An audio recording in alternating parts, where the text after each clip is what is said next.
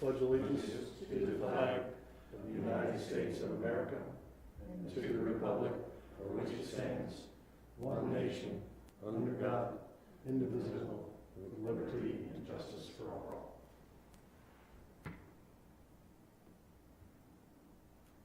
Thank you.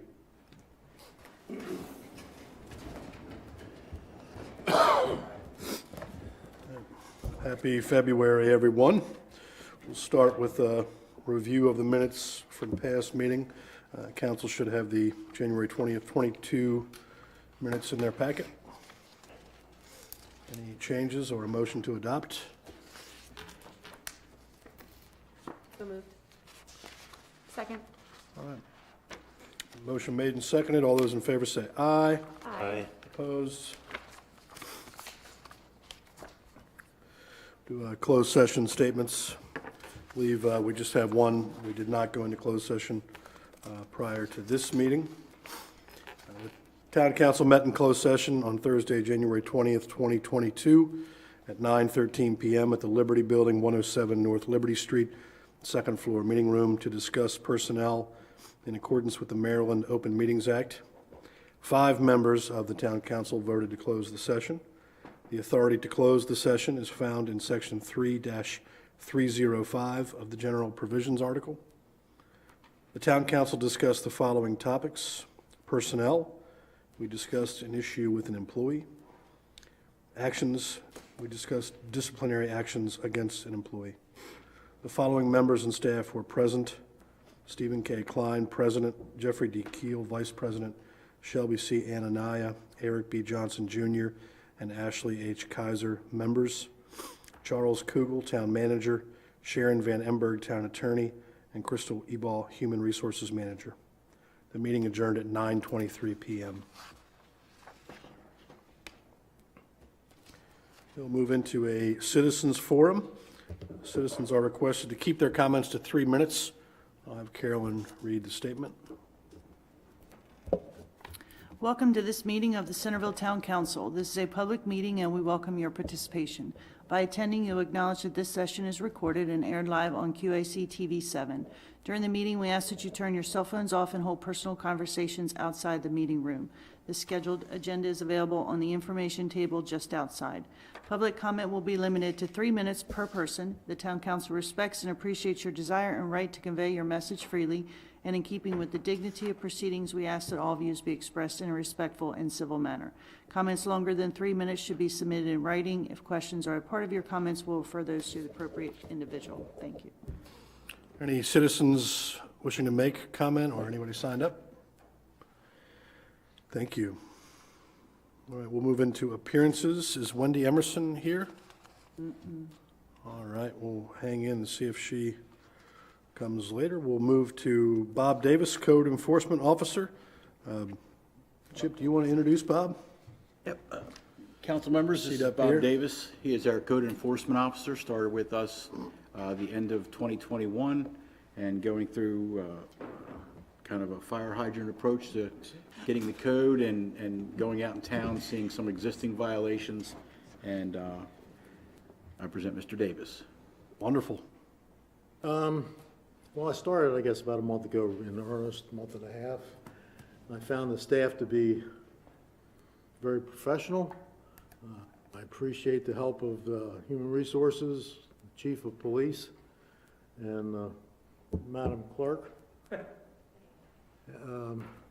I think it takes anywhere 6 months to even learn what I'm supposed to do.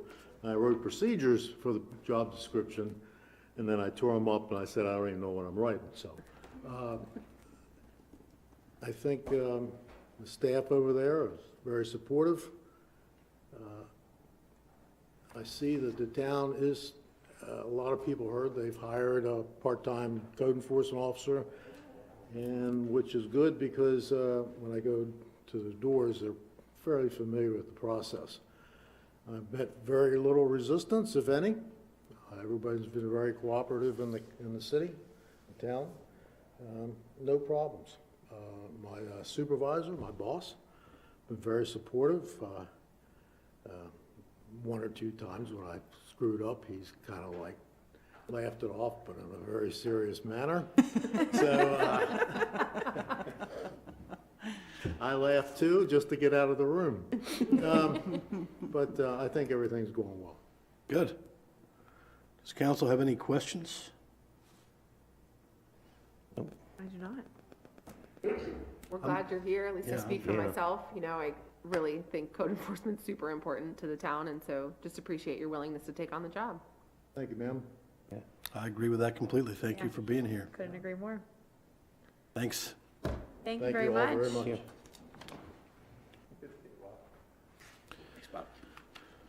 All right, not seeing Wendy, so we'll move into maybe old business. Resolution 1-2022.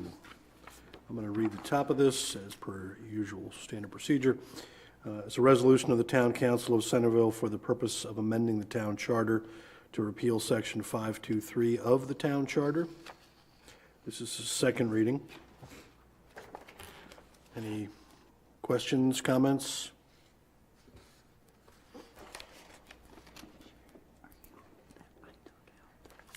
We have ordinance. We can't vote on that tonight. We have to have a public hearing, or, Yeah, the public hearing is your next meeting. Yeah. okay. For Both of both. these require a public hearing? Okay, perfect. We all learn together. Ordinance 1-2022, an ordinance of the Town Council of Centreville adding a new chapter 105 of the Town Code to establish the procedures and requirements for the consideration and execution of purchases and contracts and matters generally related thereto. I will say, for the sake of the public that might be watching, maybe you weren't watching last meeting or in our previous conversations about this, this is a way to expedite expenditures that have been approved as part of the council's budget process, so that town staff does not have to come back to us in what can often be a delayed process that costs the town time and money to address concerns that we've already approved as part of the budget. But also as part of that process, the town staff has agreed to keep us in the loop and update the council on the purchases that they make, and also purchases above a certain amount, $100,000, Chip? Yes. Still require council approval, and if they're over budget, they still require council approval. So we still have, some ability to review large spending expenditures, which I guess is redundant, large expenditures. Any questions about ordinance 1-2022 or anything anybody wants to say to the folks? All right. New business. We're going to turn to Mr. Whitehill, Michael Whitehill, Chair of our Park Advisory Board, to talk about the walking trail master plan. Hello, y'all. Mike Whitehill, Chairman of the Parks Advisory Board, and have been around for a while. Be into the microphone. Got me now? Yeah, and we had a little snafu on our digitals. You didn't find it, did you? No. Okay. I'm wondering if it got stuck We had in our- prepared, a while back, we'd prepared a master plan for the town. I'm going to run you around it real quick and then show you specifically some of these new areas that I think you had specific concern. Millstream Trail 2, for being an example. The existing trail system was meant to go all the way around town. That's shown on our master plan. These exhibits never made it over, so I'll just kind of speak to them. The main trail started with the Millstream Trail, which actually extends by virtue of a set of the acquisition of the properties that you all got that was adjacent across from the wharf property. That piece right there was is developed for an overlook and some environmental features. We had grant lined up for that. Also a continuation of the Millstream Trail around to the Carter Farm. You're all aware of the Carter Farm and what we've been attempting to do to get a trail system around the Carter Farm, which gets you over to the Board of Education, which we would have should have no difficulty in getting a trail continued there. That trail continues out Johnstown Lane, and at that point we have a little difficulty because we originally wanted to run it through the or adjacent to the wastewater plant that would get it all the way down to the point where the two, Liberty and Commerce come together. The trail extension was also intended, you'll see on the master plan when, if you all seen the master plan, it goes from the end of the preserve into Northbrook. And we have already, in the original afterthought, we created a link between Brookfield Drive in Northbrook to the White Marsh Park, this little bit right here. And that was pending the decision of the Queen Anne's County Parks and Recreation Department decision on their part as to whether they wanted to extend the trail down to meet us, their existing trail system. They're not very far away, or whether it would be our obligation to plow up through their park to tie it in. Right now, people would tend to not have a good access to the White Marsh Park except by vehicle or by trespass on somebody else's property. Before you go any further, Mike. Yes. When you talk about the preserve, which is Yeah. heritage, right? No, that's correct. The preserve is Cypress Street that goes Cyp- off of Elms, I guess it's Elm Street, yeah, that goes down. Yeah, so there's a vision for a trail there? Yeah, at the end of Cypress, we had two plans. One was to run a water main at one point, which may still be on the plate, from the end of Cypress Street under the stream and back up to the water treatment plant. This trail would connect to the Northbrook Trail, which is located behind Section 1 of Northbrook, your first right-hand turn on Edenderry. Where Edenderry dead ends, there's a trail connection right there. This trail would come up through there. Now, that is on what is regarded as HOA open space that the preserve subdivision owns. And the original developer still owns the pumping station down there for some reason. Right, who owns the wooded buffer area of Three Bridges? Three Bridges Yeah, branch, yeah, that's part of that is owned by Callahan down on the 213, then by the HOA, and then it goes right on up. so the trail would some be other on the parts. HOA property. It would be on the HOA property, right? And that's a future plan, but it was mapped that way because we thought at some point we ought to try to connect communities. Communities tend to want to isolate and become individual pods, which isn't particularly good community. And the idea was that our parks, trails, and Shelby has been well aware of all this, is to try to at least create some physical links between communities so that people would travel and be able to communicate across their own little fiefdoms, however that might work. So that was the purpose of the master plan. And then this little trail addition actually just gets you across the way there just a little bit. Remind me where that is? This one is at the end of Brookfield. Brookfield Drive comes down, and then right at the very end, this goes into the Doolin Farm, right here, this little spur, right here, you see? Yep. Yeah, that goes right into the Doolin Farm, and which we had eased in order to create a trailhead there at some point that we could access. People could park there and walk across to the White Marsh Park and continue that hike. They've got a nice trail all the way around it. Yeah.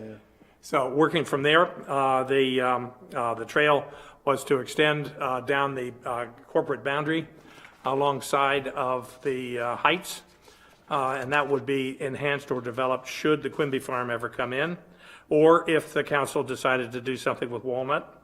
Walnut Street's all that kind of orphaned, the town still owns it, stub between, that kind of runs down the blocks immediately adjacent to the Quimby Farm Lane. So that was the thought there, because we owned it, we could create a link in there that would bring that through. When you get out to the Turpin Farm and how the Turpin Farm may or may not extend the trails, we haven't seen a plan for that, at least at this point. As you're all aware, we've made a pitch to the Maryland Department of Transportation for the railroad, hopefully for $1 American to create a rail trail that would go from Water Street all the way out, crossing Little Hut Drive, all the way out to the Haymaker Farm, which is past the Haymaker Farm, which is right immediately stops where your new comprehensive plan shows a county business park. Okay, that county business park, we wanted to create that trail at least to get that far. The other purpose of that trail addition was because it's 66 feet wide. If we bought it in fee simple, rather than get it under the rail banking process, we would be able to create a road there. We'd be able to do utilities as well as intermodal path. Any of those options still exist. That would allow us to extend public utilities that could be accessed by your other annexables that are coming off of 305. Then moving on around, the trail that I think is the most significant that we have to do is what I call Millstream 2. Back when I was with Macron about 12 years ago, I did a pro bono plat, series of plats, which is up here. And one of the things that's most significant about this piece is that I'll pick up my voice, is that back in the 1700s, the dam was built back up in that woods that we own, up in that 70-acre woods. That dam is located right here, and it is still in place largely from both sides. And the breach right here was where only area where we would cross, but that was the beginning of an old towpath where a barge would have been pulled up alongside the sluice. There's a lot of historical information. My trail follows right on top of the towpath, all the way down where it crosses, where it wants to cross right here, over onto what was the Murdoch property and is now vacant for sale. The building has been torn down. This is the state highway property that you all have considered for a possible stormwater management facility, and that's where that sits. So that trail follows that towpath all the way up to the original sluice and dam. And right there, I cross over it and go up. You want to click the next slide? We can go to the end. Okay, it goes across on the other side because the annexable portion of the remaining part of the Schaefer farm would be able to be served from that hiking path. Hiking path comes all the way up, continues down, a spur runs right up the gut here into the Schaefer farm, with a second spur that comes all the way around and ultimately would connect out to Taylor Mill Road. The rest of it comes across this lower marsh area and then goes up to some real contour up along Symphony Village out to the proposed timber bridge that would be built if Taylor Mill Road were ever constructed. Okay? That creates a full loop there to be able to get around. The Symphony Village has its own trail that has at various times been offered to the town, which the town has been loath to take, partly because it doesn't have enough public service on it to really warrant it being part of a public trail system. But if that Millstream Trail were created, that loop comes right up to the end of, I believe it is Harmony Way, and could also connect again to the trail that starts at the end of Symphony, goes down past that long stormwater pond, and the trail that comes down to the shopping center. So those could all be integrated. You could have that, create that final loop that goes all the way around. Your master plan also shows a trail that was a future possibility that followed the old railroad line, the second railroad that came from Queenstown, Love Point. That comes down across a couple of farms and enters into our area along the Millstream, roughly across from the end of Belvedere, with this little horseshoe in the creek there, where the old bridge was. That rail came down to the property that I just showed you on the other end of 213 and terminated. So we had two railroads coming into town. They hated each other and they had no use for each other. The historic part of the property, though, is that trail, that rail that came down across and alongside the Millstream and across to the Murdoch property, or I guess who knows, Braden owns it now. That property right there had a siding that went right up the side of it and was offloaded partially back in the day from the service from that towpath and barge. So it's very interesting kind of history back in there. There's an archaeological component to build that trail. I think you're interested in what that might cost to build that hiking path. The hiking path is roughly 7,500 feet long. The cost for developing that would be $6,500 for the survey. The survey in this particular case would be would be flagging with plastic flagging probably every 50 feet or so, with a painted blaze after the fact when we determine where the sight lines want to be. Nobody wants to walk a trail that's flagged every 5 feet. You want to have a little bit of mystery, adventure, and get lost. So basically, national park standards would have you at minimum of 150 feet, but between painted blazings on the trees. So we would come back after the fact and blaze that trail. Skid steer with a front-mounted industrial brush cutter would cut that entire thing down. As the contractor says, you could walk on it in flip-flops for about $4,800. Run that whole length on a skid steer. Getting across where your money is in the timber bridges. You have choices. We could fell existing trees and you walk across a tree, just like we always did when we were kids, which is obviously your cheapest choice. We could fell 2 trees and plank it. We could build an actual bridge and truck it in by hand in pieces and put it together. And the parts where we're crossing the marshes would be dead timber with planking, if you were concerned about it. And we have an archaeology factor here. We believe that this has very significant historical significance. If we find the exact history, get it documented properly, and apply for a grant to do all of this work, we would be using the grant for the purpose of accessing the historical feature of that dam site, that sluice, and the towpath.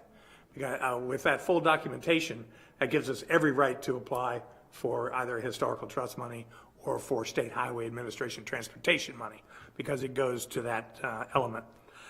We have a significant amount of research that was done already, partly by Mary Margaret and Godwin, and partly by a now deceased surveyor, William R. Nuttall, one of my mentors. And so that we have the beginnings of that research that we need to be able to put together a cogent application. You're looking at about $33,000 right there to do the work that I described. And that's not a whole lot of money when you stop and think about the benefit of being able to access the Millstream Trail, which is very popular. Anybody that walks it knows that you run into people you've never seen before. That's because there's a fair participation on that trail from people from out of town. They're in the county mostly county people who really enjoy coming and walking on that. I think people come from Chester, they come from everywhere to enjoy that. Some actually jog on that trail. We have the bike routes now pretty well established, the 2 bike races that are set up. 2 bike length races originating here. So we have what the beginnings of what I would say would be a good basis for a historical application to be able to, not for us, the town, not to have to pay to have this work done, but to be able to have this done to restore a very significant historical feature of the town. Nobody knows it's there, for one thing, which is a good thing, because if they had, something surely would have been done with it or to it. And the fact that the town owns that as part of a exaction from the Symphony Village annexation, we were able to plat this trail. And it did it in a way mathematically so that it could be reproduced. So there's the main features of the trail system that we have, with some little small adjuncts that could be done periodically just to add on to make interlinks between some of these communities. Where does the tidal influence stop on Millstream? That's a good point. The Critical Area Commission contended when they originally did their critical area mapping that it ended at the bridge. It does not. It extends about 500 or 450 feet further north, or further east, up that draw. And that means that it's tidewater up there. That also means that the critical area boundary would, if it were done properly, would have to be extended way up. It would touch the canard, and all of that property is on Spring Street and Holton, and certainly a lot of ours here.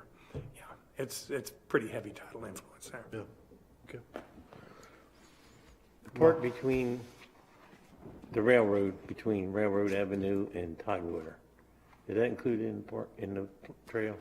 In between where? Where Mamma Mia's is, the old railroad? Oh, yes.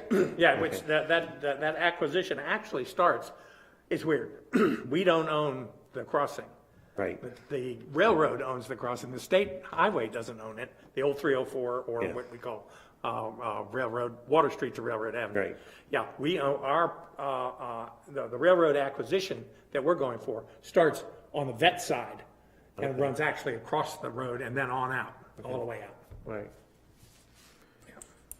Is there any possibility, so I kind of like the idea of connecting Northbrook to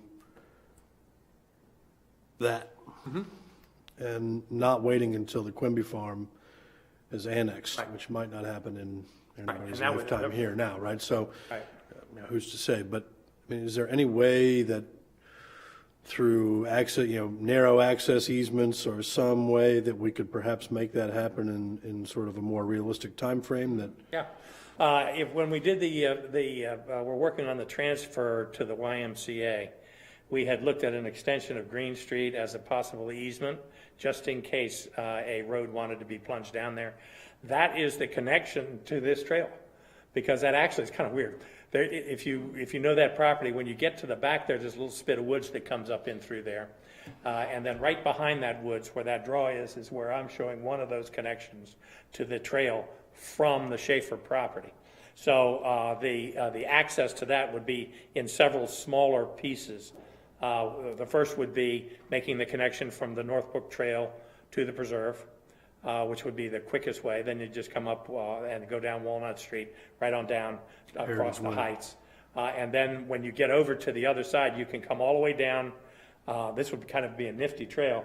You can come all the way down the end of the Heritage Drive that turns and goes to the cul-de-sac, where we have a utility easement that runs across to the other Quimby Farm on the south side of 305. Run down that, we have an easement runs all the way past the jail, all the way out to Little Hut.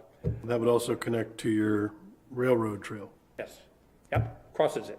Yeah. So effectively, that could be done. That could be done as a first section with some negotiation with the homeowners association of the preserve to take that as a donation of $1. I'm sure they have no particular fondness for it. And then, or if they do, we'd have to negotiate a trail there or some sort of an They easement. do have a fondness for pumping stations. They do, they seem to. I have no answer why, yeah. So running from there would be a pretty simple toss because Green Street is effectively close enough opposite Little Hut that you could make that walk straight across and plunge down into the hiking trail. So I never envisioned this because of some of the side slopes that are involved in it. Never envisioned this as a paved trail. I don't think we need paved trail there. We didn't pave the Millstream Trail for decades, it seemed. I did the original engineering on it, and it just stayed there with cinder. I was basically cinder track made out of asphalt millings, and it stayed that way until we decided to fork the money over to pave it. That's a flat trail that doesn't have any significant gradient to it. This is a bear. This is going to take a little bit of work, and that's why I kind of like the idea, because we could put rest stations in there, benches and whatnot for people to take a blow while they're sitting there trying to get their breath, and then come across the road up to these various crossovers. That was also the reason why I drafted it on the other side, because I followed the dam all the way over to the Schaefer side with the trail. So both sides get it. Both sides get access to it. I think, as I said last time, I'm all for putting this in our budget. This. Great. It's something I think could be effected fairly quickly. Launching the archaeology would be the very first step. Has anybody talked to Washington College? For the historical side of it? Yeah. No, I don't think we've talked to anybody yet. The only person I talked to was Mary Margaret, because she had the detailed information that this is one of her before I die projects. She has said that this is one of her most significant things she wants to accomplish. And I've always worked well with her. So I thought that if, one of the areas we could do was to get that started, get that initiated if she had the time, and then be able to move that into a more robust archaeology, which I think, if we do most of the legwork and we turn it over to an archaeologist who would have imprimatur with the state, that would also help us going for that grant money.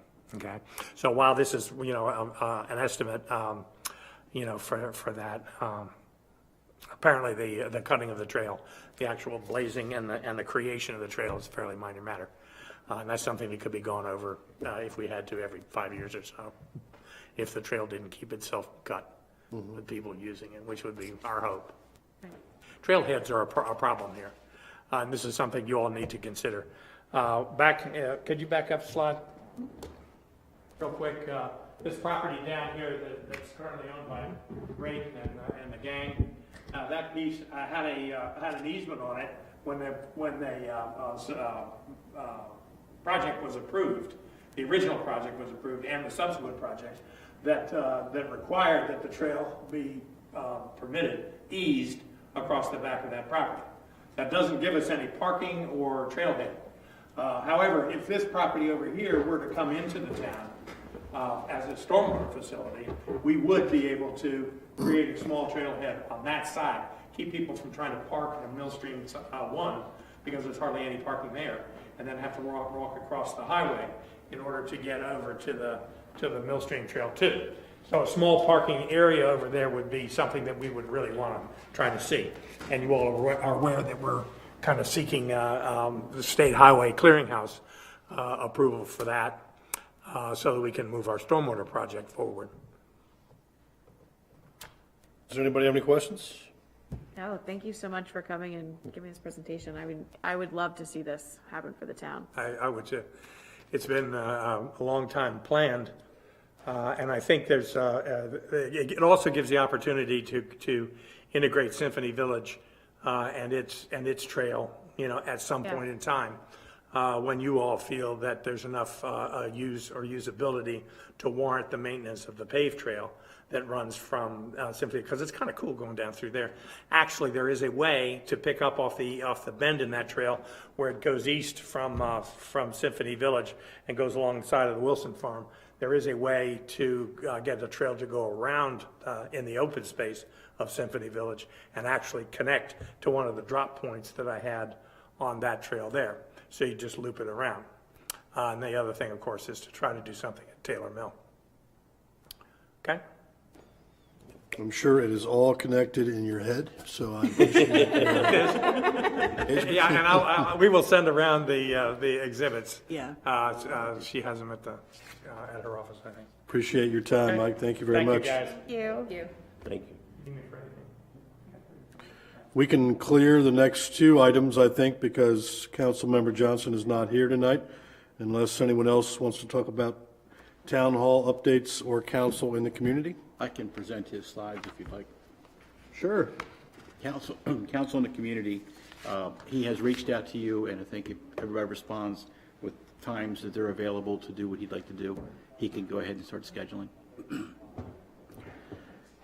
And for the slides for Town Hall, go ahead, next slide.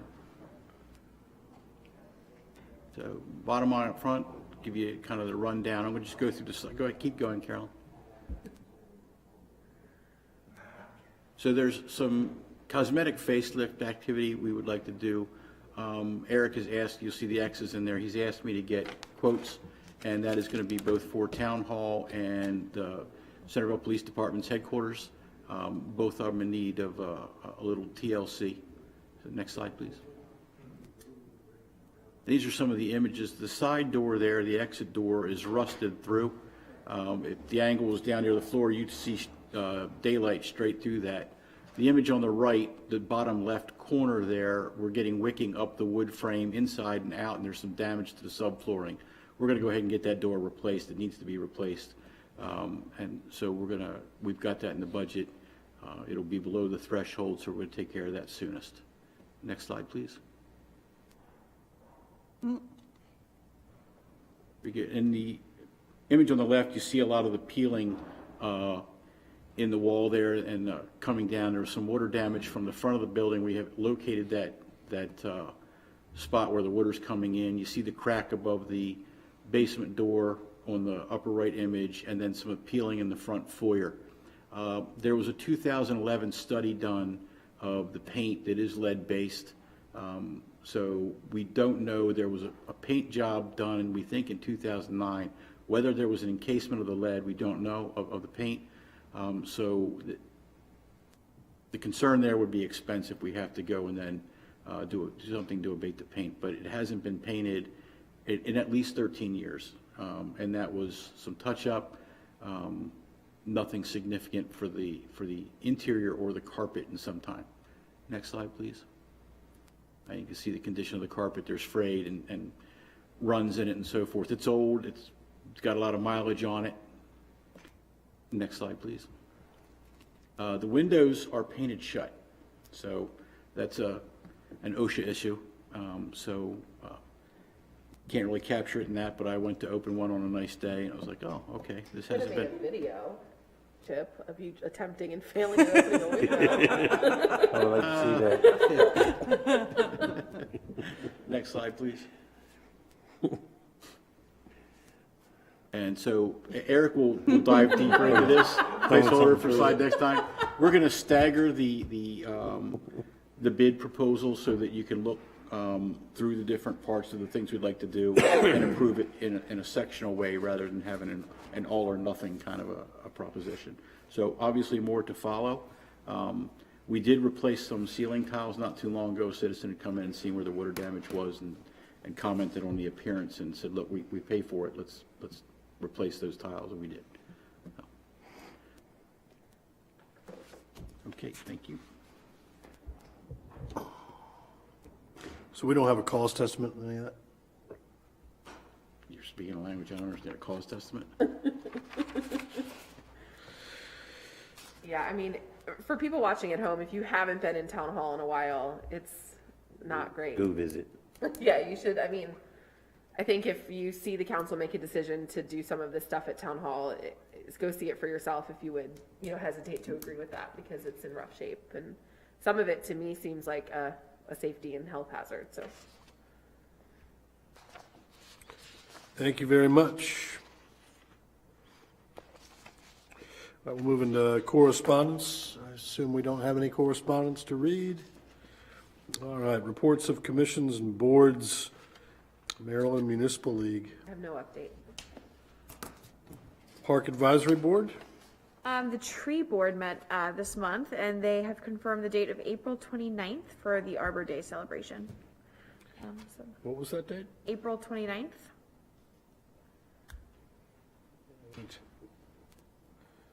There will be a tree planting, is that right? Yes, Mike's going to work with the town to replace trees that have died along the planting trail.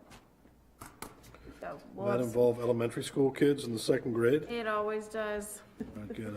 I am partial to 2 second graders, so. Okay. When I have some more details, I'll let you know. Thank you. All right. Council of Governments, we have, Nothing. I'm not going to steal your thunder. Nothing. Meeting next week. Yes. Next In Wednesday. town. Yes. It's Wednesday at the Wharf Building? Yes. Wednesday at the Wharf Building. I would encourage council to attend, all council members to attend next Wednesday. I've been to a few of these.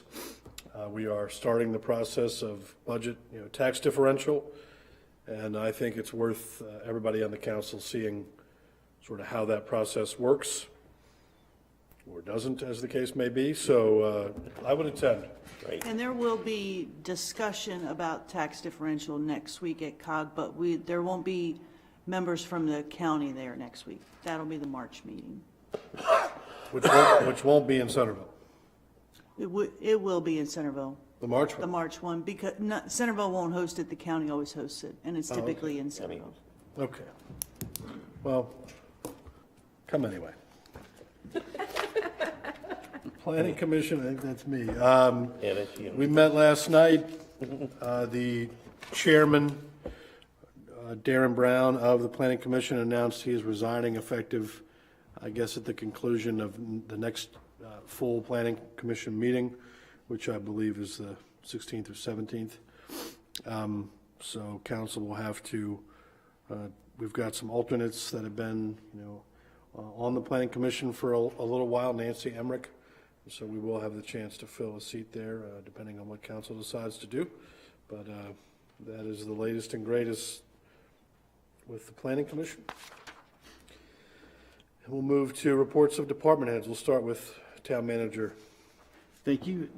I'll start with snow removal. You guys know we've had a couple storms this year already, and I'm not going to delve into that. That's Kip's domain. I will say that we are working on a snow removal contract. The purpose of the contract right now, we are in-house clearing the snow from the roads in town. The purpose of the contract is, should we have I'll call it a generational storm, that we would have to bring in exterior support in order to get FEMA reimbursement for that additional support. We would have to have the contract in place before the storm. So we want to put that contract together, have some names down. We may never need them, but should we get one of those storms, we can then request reimbursement for FEMA for those costs for the town.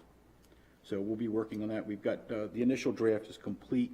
I believe Carolyn's cleaning that up, and hopefully we'll have that. Now, is that something you have to do every year? We can write it in different ways. It could be a year, or it could be sort of a 3-year commitment. Okay. We've got some other contracts Okay. For repairs and as needed in place. Next is fog ordinance. In 2015, the fog ordinance was drafted. We're going to start, as long as we're doing code enforcement, this ordinance as well. When KIP started, it was costing the town about $55,000 to go out when somebody didn't clear grease traps or properly discharge into the system. It was costing us the money to clean it out. It's still costing us about $10,000 a year. We'd like to get that down to zero. There are about 3 dozen businesses in town that this would affect. And what we want to do is... How many do, what did, About 3 dozen businesses that are in some sort of food prep. Businesses and county buildings, schools, where food prep is taking place. and fog is fats, oils, and greases? Grease, yes, thank you. You're welcome. Should have caught that. That's got it. What we want to do is instill good habits. It's an inspection every 90 days.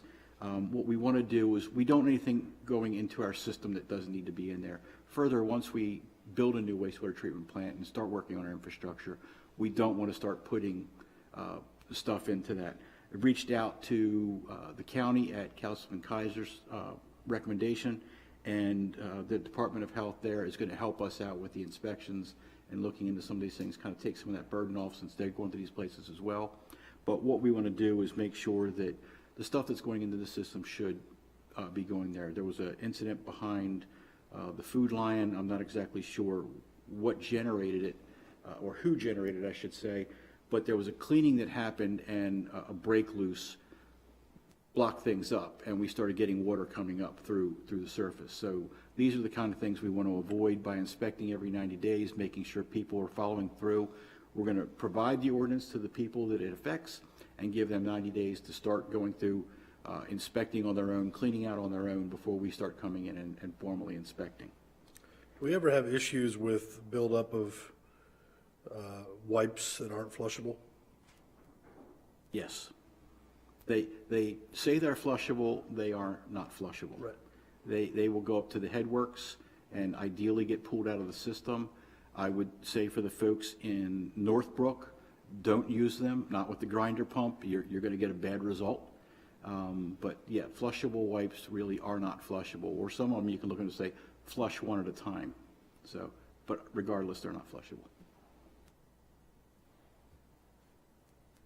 Next issue is the wastewater treatment plant. The application for funding is in. That was due Monday. That's gone out with all 10 amendments to that, or addendums to that, I should say. We will be reaching out to them to see if there is any feedback. Once they get that, they'll be getting ours. They'll be getting from other municipalities. They will start scoring them to see where they're going to rack and stack each one and where the money goes. So we are working with WRA to amend our PER. The state likes WRA. Their guidance was to continue with them into the planning and design. WRA is the consultant. William Rickard, that's the agency we hired to do the PER. There will amend it so we have the analysis. The PER, not to interrupt, this preliminary engineering report. Yes, thank you. I'll get it sooner or later. The preliminary engineering report, once that's done, the state will pay for that amendment to that report, and they will also pay for the initial planning and design. Their recommendation was to stay with WRA, as they put it to us. They work with them frequently. They know what's expected. When we put it together, or I should say WRA puts it together for us, they'll know what the state is expecting it to look like format-wise and content-wise. What we are trying to ascertain is, while the state says, yeah, go ahead and do that, I've passed to Sharon the original bid for the PER, to make sure that we can then extend that contract into the planning and design per our charter. The side question to that is, it's not our money that's going to pay for it, so does that apply? So we're looking at some of the legal pieces of that and how we can execute the funds and how we can execute the contract to make sure that we don't do anything that we can't do and end up having to double back to fix. Lastly is going to be coming to you, not this meeting, but a recommendation of adding to section 170 of the town code for our code enforcement officer. In the county code, the code enforcement officers are allowed to enter your property. We don't have anything in our code. This would be an addition to section 170.52, section C, describing right of entry, so that Bob could go onto your property to do that. More to follow. I just wanted to kind of let you know, in case people start asking about code enforcement officer and coming onto the property, we're going to address that. Previously, the town manager was zoning enforcement, the town manager couldn't enter property either?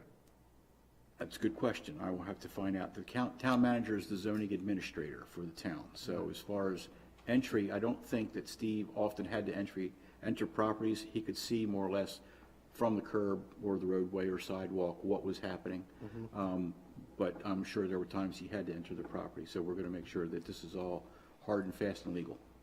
I think we're gonna find some other examples just from our conversations this week of, if we're gonna do code enforcement, of ways we can clean up the code to make it more clear. And so, like, our code currently allows for the towing of motor vehicles, but it wouldn't allow for the towing of, say, if someone had an RV park just falling totally apart, it wouldn't allow for the towing of that. So, there's all the provisions that the police need to tow and sell a motor vehicle, but not any other abandoned type of vehicle in town. So we just might want to look at some of that to have all the tools available so that Bob can, successfully execute on enforcing the code. Excellent. Good. And yes, and that is all I have for this evening. Chief Savoy. Good evening. Good evening to all. Within your packets, you will find the CPD monthly overview for November, December 2021. Just a couple quick points of interest. December was actually the second busiest month for the police department, specifically for calls for service, behind March of 2021. One other note is in the yearly comparison, we had a 75% decrease in thefts from 2020 to 21, which I would obviously contribute to the high visibility and aggressive patrol measures by the members of our department. Beginning next month, each of you will receive a one-page snapshot analysis of the previous month rather than enjoying the bulk of the current multi-page reports. A quick update on our Canine Program. Sergeant Larimore is our lead canine trainer, and he is now working on identifying and subsequently training and certifying our second canine team, and we're hoping to have that candidate identified soon. He has also putting the final touches on transitioning a retiring canine Crush, who's been with the department for many, many years. Crush, I think, just turned 11 years old, so we'll be introducing Canine Ek, E-K-K. I did not make up that name. He'll be joining the department once all of his certifications are across the board. Some training we've got coming up. We've got another officer that's going to attend rifle armor school. One just completed firearms instructor school. One is going to be attending general police instructor school, which is going to help us out with our annual in-service requirements to make sure that all of our certifications are maintained. And then one will be continues to teach defense tactics at the local police academy, which is the Eastern Shore Criminal Justice Academy, or as Mr. Kugel would call it, ESJCJA. Our speed trailer has been redeployed. A quick 57 days worth of data just to kind of summarize, and I'd be happy, obviously, to provide some printouts for everybody, but I think sometimes it's just easier to have a really easy conversation. The Little Kidwell and Bristol Lane location yielded about 62,229 vehicles over about a 57-day period, with an average of about 1,091 cars a day. The average speed throughout that time was about 16.3 miles per hour in that 25 mile per hour speed zone. There were about 3,200 vehicles that went through at 5 over the speed limit, about 250 at 10 over, 19 at 15 over the speed limit, and 2 at 20 miles per hour to speed limit. And the max speed at that location that we were able to get was 41 miles per hour in a 25 zone, and we did that twice. The sign effectiveness range between 44 and 63%, and what that means is vehicles showed operators of vehicles showed a significant decrease in speed having observed the sign. So from first observing the initial radar read on the vehicle, the operator perceiving the sign and reacting to that, and a decrease in speed was about 44 to 63%, which is productive for us. And I would obviously presume that average would be much higher for drivers who actually detect a uniformed police officer in a clearly marked patrol vehicle. We've redeployed based on some concerns, and again, usually the speed trailer, we're going to just not randomly unhitch it somewhere. We're going to use that trailer, the speed trailer, we're going to kind of self-identify locations through some of our proactive measures, but also a bit reactive with citizen-driven complaints. So it's now out on Route 18, just east of Hibernia Road. It's been there for just about 4 days. In 4 days, we've seen about 3,300 vehicles come through, an average speed, and it's deployed in a 30 mile per hour zone. Right now, it's 29.6 miles per hour. The maximum speed up till about 25 minutes ago was 52 miles per hour. It's now 53 miles per hour in a 30 mile per hour zone. 277 of those 3,300 vehicles were doing 10 over, 79, 15 over, 18 of them were doing 20 over. The daily average so far is 848 vehicles. I've instructed my sworn staff to implement traffic enforcement measures and continue to monitor both of these locations. So we will be mindful of some of the data that's coming into us. I had the opportunity this afternoon to meet with our representative from Red Speed, and we will be deploying a speed camera out at the Little Kidwell and Bristol Lane location by the end of this month. That is a speed camera, not a speed trailer, which will also help us to kind of deter some of the traffic behaviors that we've seen through the study. Thank you for that. And also thank you. I have seen officers out there, and I do think that really helps.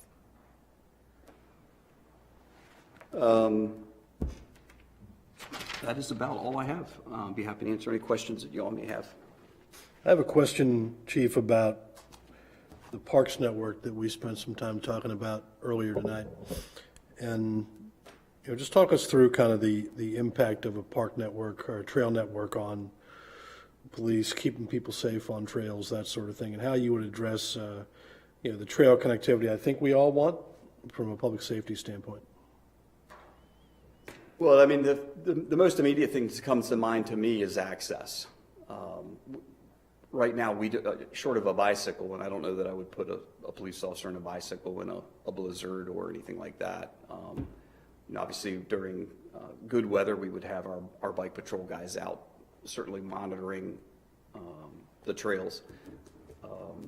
But a concern of mine would be how we would be able to reach someone should there be a crisis on the trail or we have a crime scene on the trail that we need to preserve. So right off the bat, that's the first thing that comes into mind. I would be supportive, and I think I am supportive of the trail. And I'll have to kind of think about some of the challenges and maybe meet with the sheriff to kind of have a realistic conversation about some of the challenges that they've seen with the trails down on Kent Island and how they've gone about to address some of those problems. I know specifically, as I'm talking about, how could we get to somebody if they were the victim of a crime? And I'm sure the fire department probably has those same types of concerns, or maybe the equipment to be able to get to someone that's in peril. I know the sheriff's office has a gator or some other type of all-terrain vehicle to do that, but immediately that would be my thoughts, and I would be happy to follow up with him in a meeting. I think the county also has I don't want to speak to the effectiveness of this, but they have a volunteer sort of patrol of the Cross Island Trail. And their officers in 2020 did meet with those volunteers and laid some very loose groundwork to maybe partner up this spring and summer to utilize some of those same resources in town here. So it's pretty exciting. The only thing I can say is just being familiar with the trail around Northbrook. I would say that the number one complaints that we get are obviously the cleanliness of the trail, the maintenance of the trail.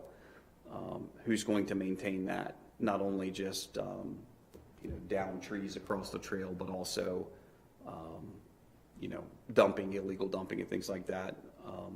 We've had some complaints of drug use on the trails and some underage possession of alcohol, and then some kids that are like building campfires and things like that. So again, those are all things that I think a healthy conversation with the sheriff just to see kind of what they deal with and how they're able to effectively police that area would be in order, and I'm happy to report back to you on that.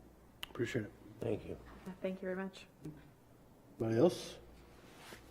Thanks, John. Thank you. Town Attorney? I have nothing. All right. Finance Officer is not here tonight. She had a prior personal commitment. Perfect. Public Works Director. Kip always has something. It's a busy week.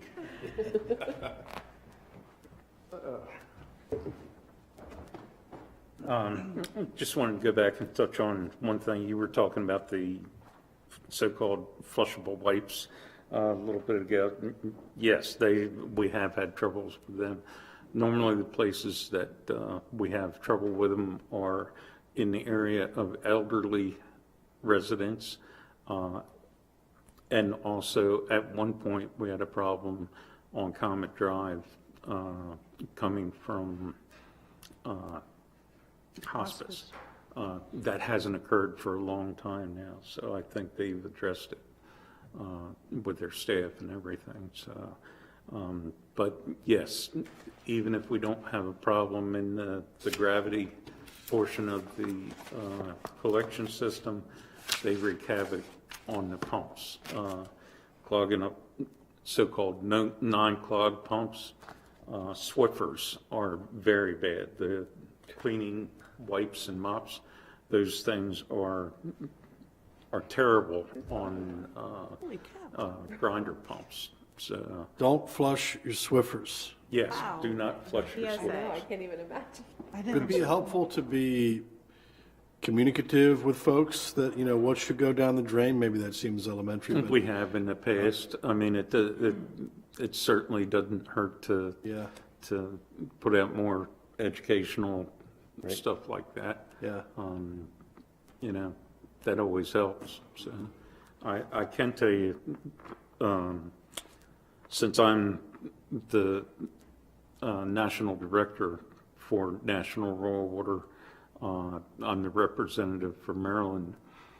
National Rural Water has been working with companies like Kimberly-Clark that makes some of those products and things to get their verbiage changed and not put that they're flushable. Flushable just means it'll go through the toilet.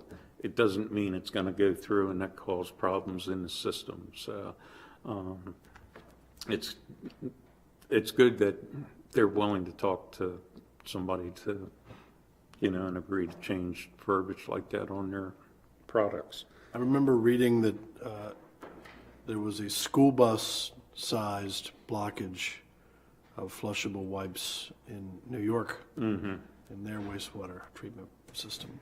Yes, they, School bus-sized blockage. Jeez.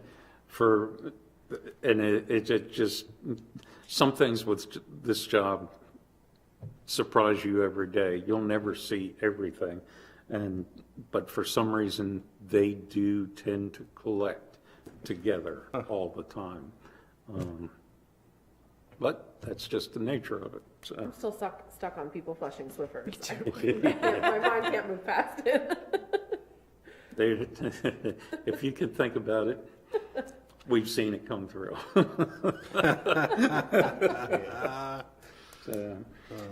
Moving along, I forwarded you pictures. Our new equipment trailer came in today. So again, thank you to the council for your support, to Public Works for their equipment and everything. Staff very, very much appreciates it. We had talked a little bit about trash and the service we're getting for trash pickup for the month of January, and these are just preliminary figures so far. But there's a total of 15 streets that were missed, not stops. These are streets. So three of these streets, or at least twice in the month of January. Yours was definitely one of them. So, 4 times. So this is just ballpark estimates for right now because I haven't finished all the calculations. It's about 270 stops, and it's roughly about a little over $4,700 worth of unsatisfactory service charges that'll be deducted. So with that being said, we're staying on top of it. We are always in communication with Chesapeake Waste to try and get this straightened out. Then we'll see how things go moving forward. As you know, everybody's had issues with COVID and staffing and everything, so hopefully things will get better. Of course, everybody heard we had a water main break in front of Hardee's Thursday night. The staff worked very diligently, and we had a contractor come in and help us also. Finished up about 2:30 in the morning.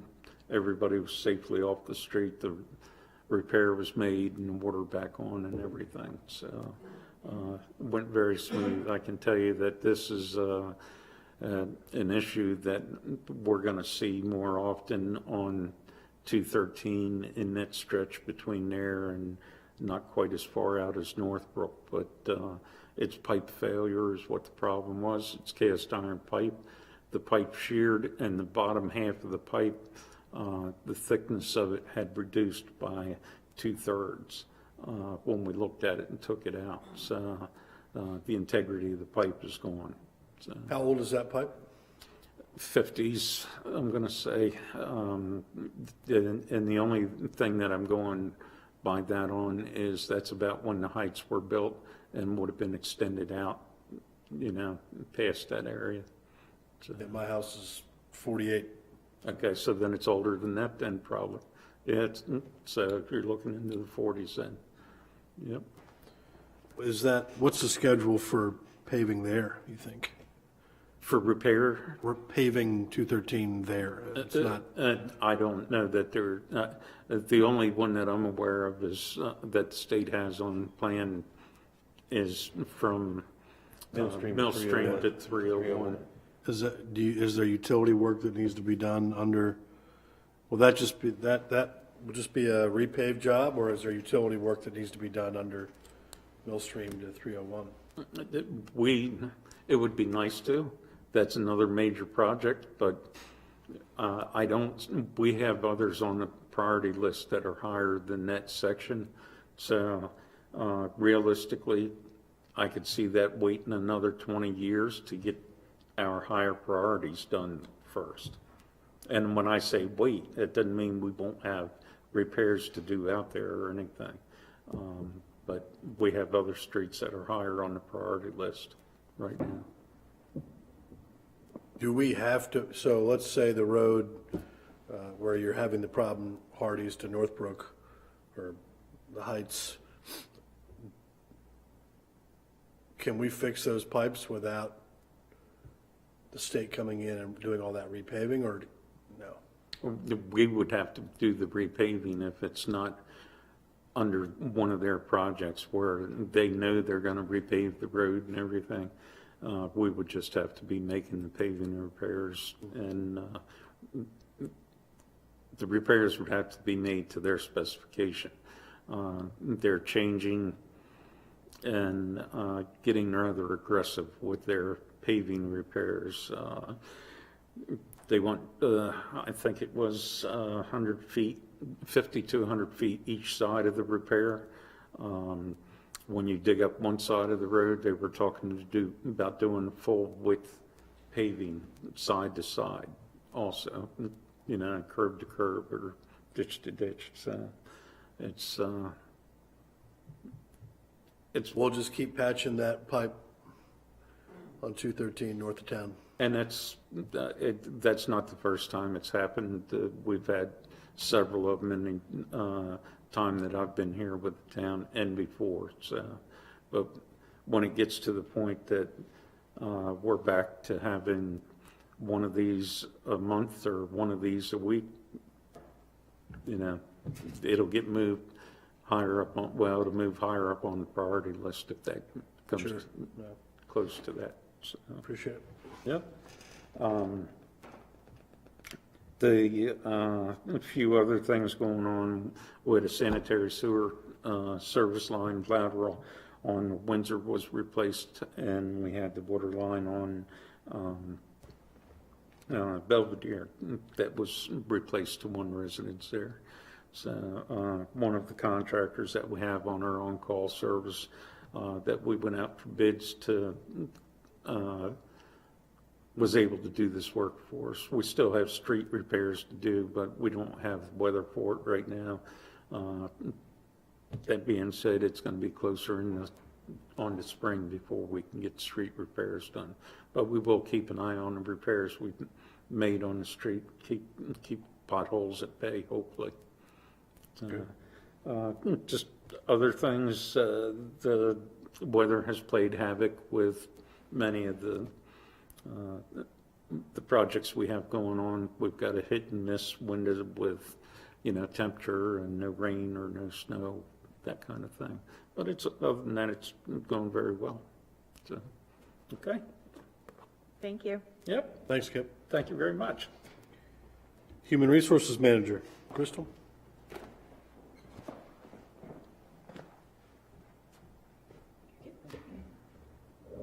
Good evening. How you doing? I'll have it short, but just to give you an update, back in beginning of January, I had job announcements sent out for 4 different positions in the town. We currently have selected a candidate for the program manager position, and I'll be starting the background process, so that's pending. We started interviewing the administrative assistant position today, so hopefully we'll get through all the interviews by next week, and we'll be able to make a selection then as well. And then we'll have the other 3 positions, 2 within the streets division and 1 in the water wastewater operator division that I'll be working on filling after that. So that's the biggest thing right now. Trying to get people. Thank you. Thank you. You're welcome. Madam Clerk. I will be quick as well. A couple big things. The retention schedule, which I started back in 2013, is finally ready to go to the state. And so my plan is to submit that to the state. I don't anticipate first review approval, but we'll see how that works. And send it back to us, and hopefully we'll be straight. The next big one is every 5 years, the town is, we are a designated sustainable community, which allows us to, with this designation, allows us to apply for many grants. We wouldn't have been able to apply for KIP's funding to MDE last week if we weren't a sustainable community. So every 5 years, you have to update your plan and submit it. So that's due February 22nd. And so I'll be working on that over the next few weeks. So that's big. That allows us to have our Main Street program, our facade program that we have. And I have applied for each year. We also get a Tree City USA designation, and I have applied for that. I just have to get President Klein to sign the application, and I'll get that submitted tomorrow. And then we should hear something probably next month about our designation. And I believe that's about all I have right now. Thank you. Thank you. You're welcome. Any questions for Carolyn? Citizens Forum. We're moving to council roundtable. We'll start with Councilperson Kaiser. Thank you. So I would just ask everyone to keep Councilmember Johnson in their prayers. He's dealing with some personal health challenges, but I think I speak for all of us that we hope he's back up here with us at the next meeting, and he's doing well and wanted me to share that with our colleagues and also just with the community. So any prayers or good thoughts for him would be appreciated. And then I just want to say how much I appreciate having all the department heads here to give reports. And I know it's time away from your families and it's time here at night, but I think it's important for us to hear what's going on and important for people in the town to hear what's going on. So just want to thank all of you for hanging in there and sticking it out at these meetings. And that's all I've got. Councilperson Anania. On a light note, my trash was picked up this week, which, you know, it was a big win. It was a big win.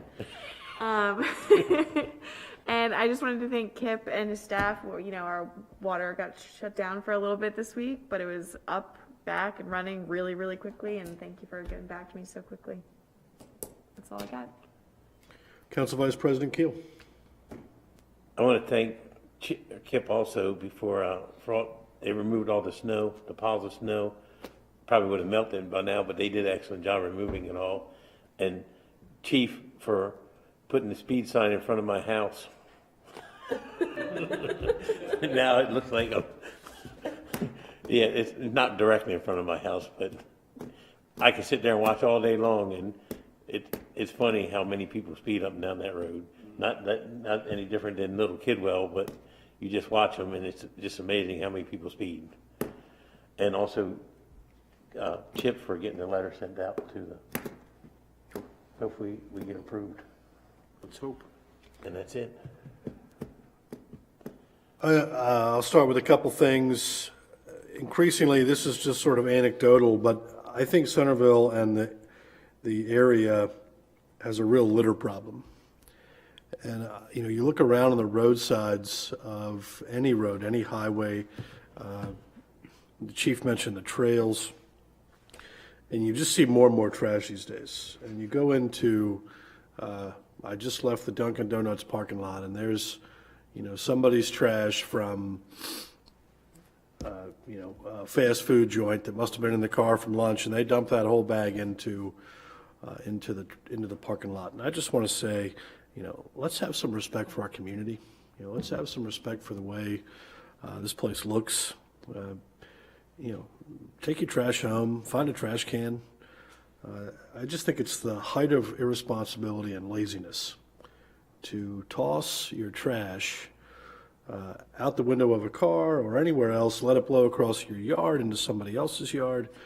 And if you're walking around the streets of town, going for a walk, walking your dog, maybe think about taking some trash home if you see it.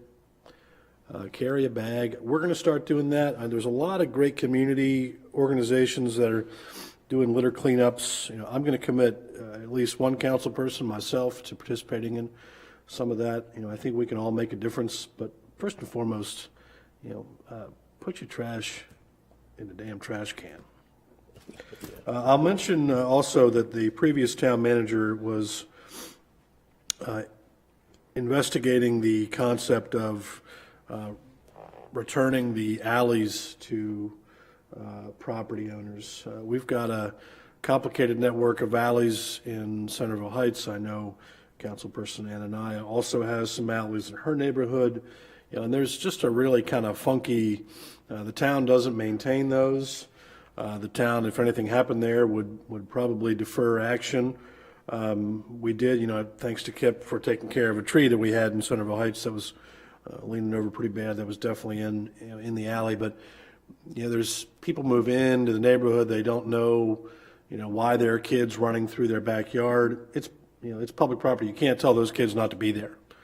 But I think there is a question about the ownership there over time. It's just a little funky.